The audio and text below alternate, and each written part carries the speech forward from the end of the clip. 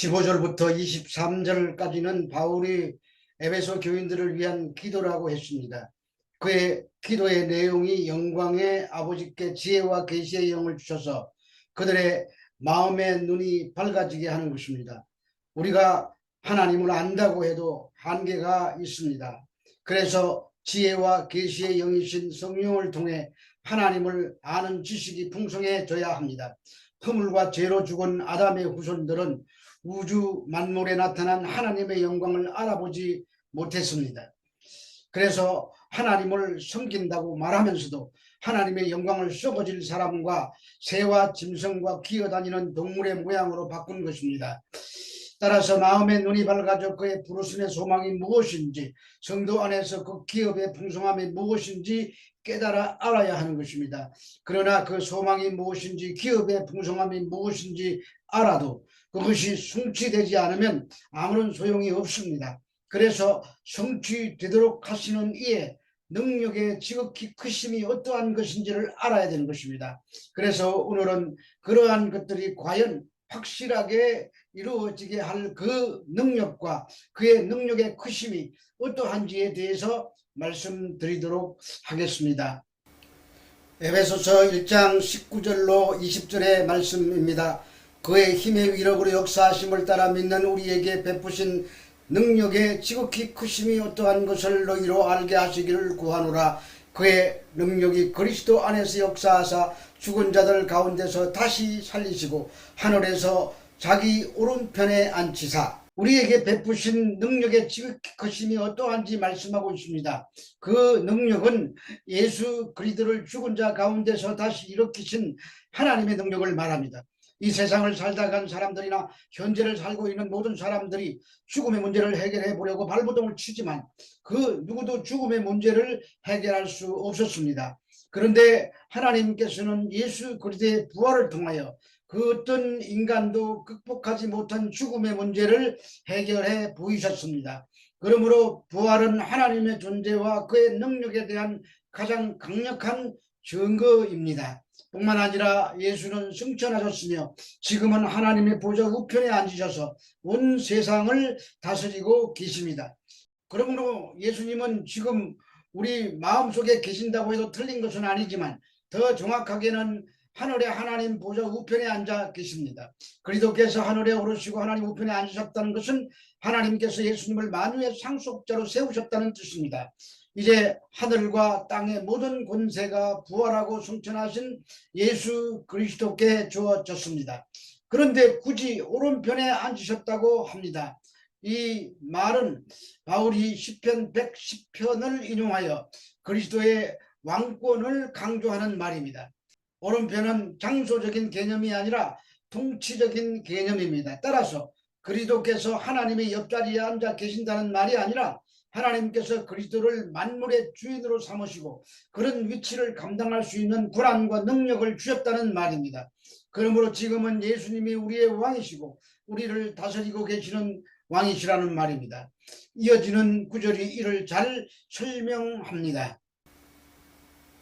에베소서 1장 21절의 말씀입니다. 모든 통치와 권세와 능력과 주권과 이 세상뿐 아니라 오는 세상에 일컫는 모든 이름 위에 뛰어나게 하시고, 모든 통치와 권세와 능력과 주권은 하나님과 적대적인 관계에 있는 초월적인 악한 세력들을 가리키는 말입니다. 바울은 당시에 횡행하던 영지주의 교사들을 어느 정도 염두에 두고 이런 표현을 하고 있습니다. 바울이 통치, 권세, 능력, 주권 등 4가지 초자연적인 적대 세력을 언급한 것은 이것들의 세력을 설명하고자 한 것이 아니라 그 어떠한 적대 세력까지도 그리스도께서 지배하시고 다스리시는 분이시라는 것을 강조하기 위한 것입니다. 그런데 그러한 지배는 이 세상뿐 아니라 오는 세상에서도 지속됩니다. 그것이 모든 이름 위에 뛰어나게 하는 것입니다. 여기서 세상으로 번역된 아이오니는 세대라는 의미로 공간적인 개념이 아니라 시간적인 개념입니다. 그런데 이 단어는 단순히 시간적인 개념으로만 사용되지 않고 현재 세대와 다가올 세대 그리고 그 세대에서의 생활을 모두 포함한 것을 말합니다. 따라서 이 세상과 오는 세상은 현재와 미래에 변화하는 세대와 그 세상을 통틀어 가리키는 말입니다. 이처럼 하나님께서 그리스도를 부활시키시고 오른편에 앉히심으로 모든 이름보다 뛰어나게 하시기 위함입니다. 빌립보서는 다음과 같은 내용을 이렇게 표현하고 있습니다. 빌립보서 2장 9절에서 11절 말씀입니다. 이러므로 하나님이 그를 지극히 높여 모든 이름 위에 뛰어난 이름을 주사 하늘에 있는 자들과 땅에 있는 자들과 땅 아래에 있는 자들로 모든 무릎을 예수 이름에 꿇게 하시고 모든 입으로 예수 그리스도를 주라 시인하여 하나님 아버지께 영광을 돌리게 하셨느니라. 이것이 앞서 우리가 살펴본 그리스도 안에서의 만유의 통일입니다. 모든 역사가 그리스도를 정점으로 향하고 그 과정을 통해 만물이 그리스도를 주라 시인하여 하나님께 영광을 돌리게 하는 것이 역사가 진행되는 방향입니다. 그러나 이러한 사실을 세상에 속한 사람들은 알지 못합니다. 그래서 그들은 오직 자기 이름의 영광만을 위하여 살고 있습니다. 이런 사실을 하나님의 원수들은 결코 깨닫지 못합니다. 그런데 문제는 세상에 속한 사람들이 아니라 교회에 다니는 사람들이 더 문제입니다. 교회에 다닌다고 하면서 오직 자기의 이름만을 위하여 살기 때문입니다. 교회에서 자기의 이름이 무시당하고 알아주지 않으면 어떤 반응을 보입니까? 자기의 이름을 알아줄 만한 다른 곳으로 찾아 떠납니다. 또 하나님의 이름을 위하여 일한다고 하면서도 늘 자기들의 이름을 드러내려고 하는 육신적인 생각이 성도들 안에 도사리고 있습니다. 에베소서 1장 22절의 말씀입니다. 또 만물을 그 발 아래에 복종하게 하시고 그를 만물 위에 교회의 머리로 삼으셨느니라. 또 만물을 그 발 아래에 복종하게 하시고는 시편 8편 6절의 말씀을 인용한 것입니다. 복종하게 하시고에 해당되는 헬라어 헤페탁세는 만물이 그분에게 달려있다는 뜻입니다. 만물적 초자연적인 세력과 모든 세대의 인간들 그리고 온 우주는 그리스도의 주권에 복종해야 하며 그를 통해서만이 참 생명과 존엄성을 회복하게 된다는 말입니다. 예수 그리스도께서는 만물 위에 교회의 머리이시기 때문입니다. 머리는 그리스도가 교회에 생명을 부여하시는 분이며 교회의 주인 되신다는 뜻입니다. 그러므로 교회는 그리스도를 대적하는 모든 세력에 대항할 권세와 능력을 소유하고 있는 것입니다. 교회는 그리스도를 주인으로 모시고 있으며 그리스도께서 교회를 인도하시고 보호하십니다. 그래서 모든 만물은 무조건 그리스도의 주권에 복종해야 하지만 교회는 그리스도의 몸이며 백성이기 때문에 힘이 아닌 사랑과 온유, 거룩함으로 지배하시며 통치하시는 것입니다. 계속해서 바울은 하나님이 예수 그리스도를 다시 살리셨을 뿐만 아니라 그분께 하늘과 땅의 모든 권세를 주셔서 모든 것을 그의 발 아래 복종하게 하신다고 말씀하고 있습니다. 이는 시편 110편에 인용한 말씀입니다. 시편 110편 1절 2절 말씀입니다.